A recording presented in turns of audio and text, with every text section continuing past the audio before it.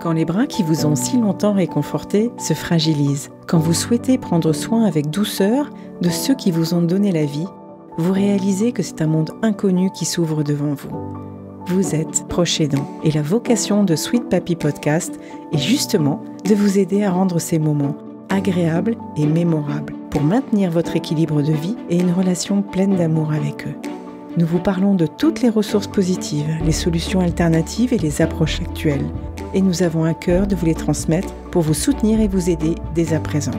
N'hésitez pas donc à cliquer dans le descriptif de l'épisode juste en dessous et rejoignez-nous dans l'univers de Sweet Papy Podcast à travers Facebook et Instagram.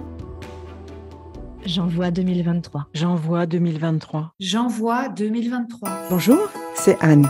Bienvenue dans Sweet Papy Podcast.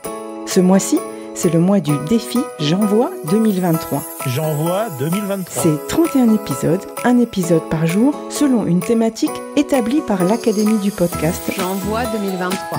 Alors on va s'amuser un peu et tout ça en hommage à nos sweet papy et mamie. Bonne écoute. J'envoie 2023. Aujourd'hui, jeudi 5 janvier, je dois faire un épisode sans filet, c'est-à-dire pas de notes et aucun support. Je vais devoir donc réfléchir et aller chercher des choses dans ma mémoire. Je vais vous raconter une anecdote particulière. Je voulais faire un épisode depuis longtemps sur ça, donc je vais le faire en raccourci.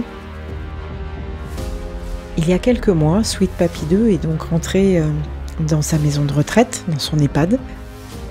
On l'a installé confortablement dans une grande chambre. Et puis, environ un mois après son arrivée, on a la psychologue de l'établissement qui nous a appelés, qui nous a expliqué qu'en fait, Sweet Papy 2 était tombé amoureux d'une autre résidente. Là, c'était grosse surprise quand même, parce qu'on ne s'attendait pas à ce que ça arrive si vite, ou du moins que ça arrive. Des Sweet Papy de plus de 90 ans amoureux, c'est quand même joli comme histoire.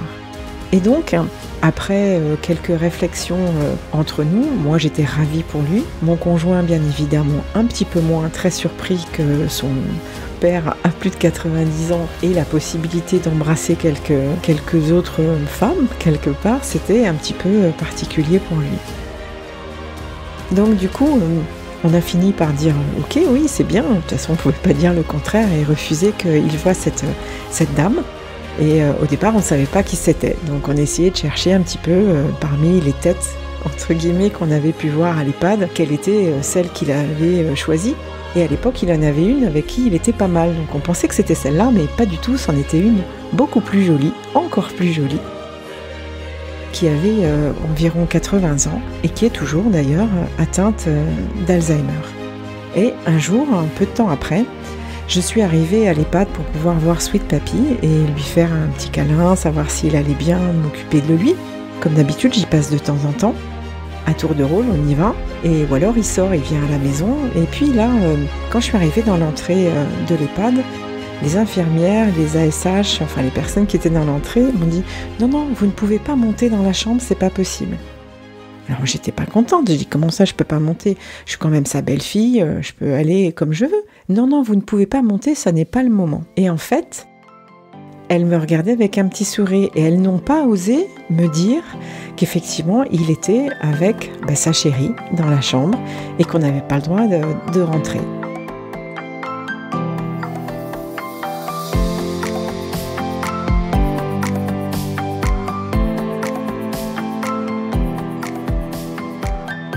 Et donc, j'ai attendu un petit peu. Et puis au bout d'un moment, j'ai pu effectivement le voir. Il est redescendu avec sa chérie. Et là, grande surprise, parce qu'effectivement, il la tenait par la main, il lui caressait la main. Effectivement, c'était vraiment quelque chose d'impressionnant et de tellement joli, de tellement beau de les voir ensemble à cet âge-là, se regarder avec des yeux d'amoureux. Et puis, quelques jours après, je voudrais juste terminer par ça, il a demandé à avoir un lit plus grand pour pouvoir faire la sieste avec elle, pour pouvoir être plus longtemps avec elle et la câliner tranquillement. Et avec la porte fermée. Voilà. J'espère que ça existe dans beaucoup d'endroits comme ça, parce qu'ils étaient tellement beaux à se regarder en amoureux que ça faisait du bien. À demain. Pensez à partager Sweet Papy Podcast à ceux qui en auraient besoin.